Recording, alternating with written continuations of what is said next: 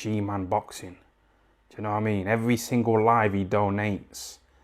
I see him on other lives donating. He's got the bag on it.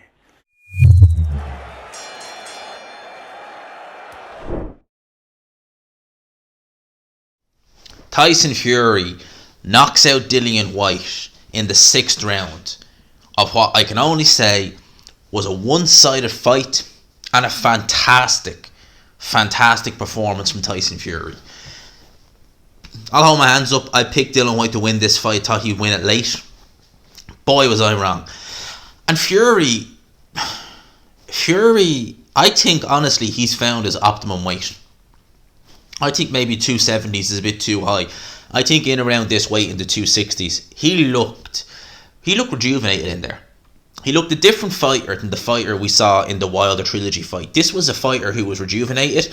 He was still punching hard. He was able to move. His feints, his judge of distance was brilliant.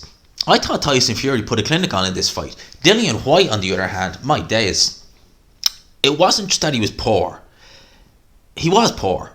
But Tyson Fury was fantastic and probably made him look worse than he was.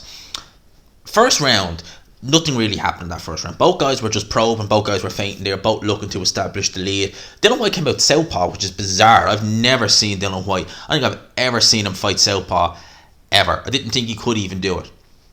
But he did it in the first round, abandoned that fairly quick. Fury just did what I expected and what I said like he would do, which is hold the jab out, keep him at the end of a jab, and whenever he gets a chance, he's always got a habit of holding the jab out to keep his opponent away from him. And he did that.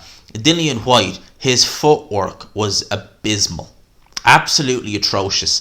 So many times he was off balance just from jabs. He wasn't even hurt by the shots, but he was so off balance from the jabs. He was so off balance coming in with shots that he was looping a lot of shots. When he was missing, he was just doubling the impact up significantly. Like in the second round, he led in, he bored in with a right hand. He got caught with a little check left hook as he went in. There was no real power on it.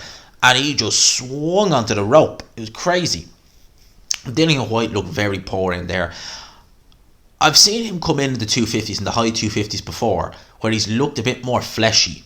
And I wonder, as he packed on too much muscle, that maybe his muscles were just... Dillian Whyte, he is a big, heavy-set fella, but I do think that packing on excess muscle, especially when you've not always been a guy who's been the body beautiful, I'm not saying he is, there's a bit of fat there, but I just wonder, was there too much muscle? Because he was blowing early on.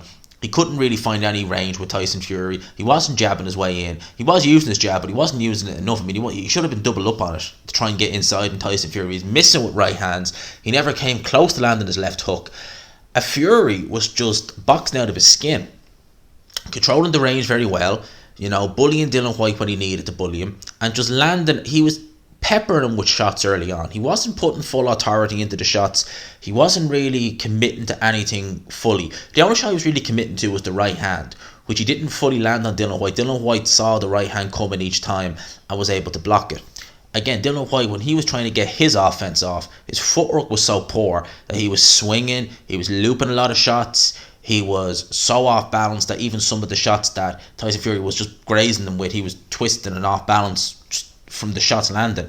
The one thing Dillian Whyte was doing that the commentary didn't pick up on is that whenever they'd be close, whenever Dillian Whyte was in punching range, he was looking for the headshots, but often he'd leave an exchange or Fury be backing up and he'd get a hook into the body or he'd get a little right hand down below in on Tyson Fury's body. Now, the commentary team weren't picking up on that apparently, but that was the only thing I would say that Dillian Whyte was doing good, that if the fight had carried on would have paid dividends late on, because he was investing in Fury's body. The body was there to be hit.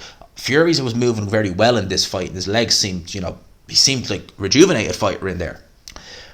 If the fight had gone longer and Whyte had carried on investing in the body of Fury, it would have been interesting to see where it went. But as it happened, into the 6th round, Tyson Fury, little jab to offset Whyte, opened up in Whyte's guard. The uppercut, again, it was an uppercut against Rivas, it was an uppercut against Povetkin, it was an uppercut against Joshua. He's been hurt by that shot and dropped and knocked out by that shot throughout his career, and today was no different. Uppercut from Tyson Fury, beautiful shot. Dillian Whyte hit the canvas. He looked like he wasn't going to get up. He got up at the count of 8. If this had been a normal, just British title fight, the referee would have waved it off. Mark Lyson wanted to let Dillian Whyte carry on. He was going to let Dillian Whyte carry on, but Dillian Whyte could not get his legs back underneath him. Correctly did stop the fight. I just think that I'm all for giving a fighter a chance, but when their legs are just so clearly not there, there's no point. There was just no point letting that fight carry on, because he would have just got dropped again instantly. There was no point. Brave effort from Dillian Whyte. I really was disappointed. I thought more. Picked Dillian Whyte, hold my hands up, got that one way wrong. That's right up there with one of my worst. You can come at me for that one. But again, you can't take away Tyson Fury, brilliant performance. He's been talking about retirement. No, not with a performance like that. You cannot retire with a performance like that. There's plenty more in the tank. Joshua Usyk winner. Let's have it. And if we can't get that, well, Parker and Joyce are meant to be fighting in July. Would he fight Joe Parker? Joe Parker's thought about not fighting Tyson Fury.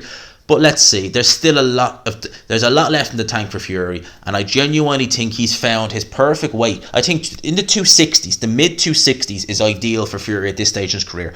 270s is too heavy. It's too heavy. This is ideal. And the uppercut, peach of a shot. Fantastic performance from Tyson Fury. I'd tip my hat off to him if I had one. But very well done. Very well done. I got to give him credit for that. Fantastic performance. As for Whyte, we'll talk about that during the week. What the F is the deal with Dillian Whyte? Watch the space. I'll leave it there, people. Smash the like button. Hope you enjoyed the video. Let me know what you think.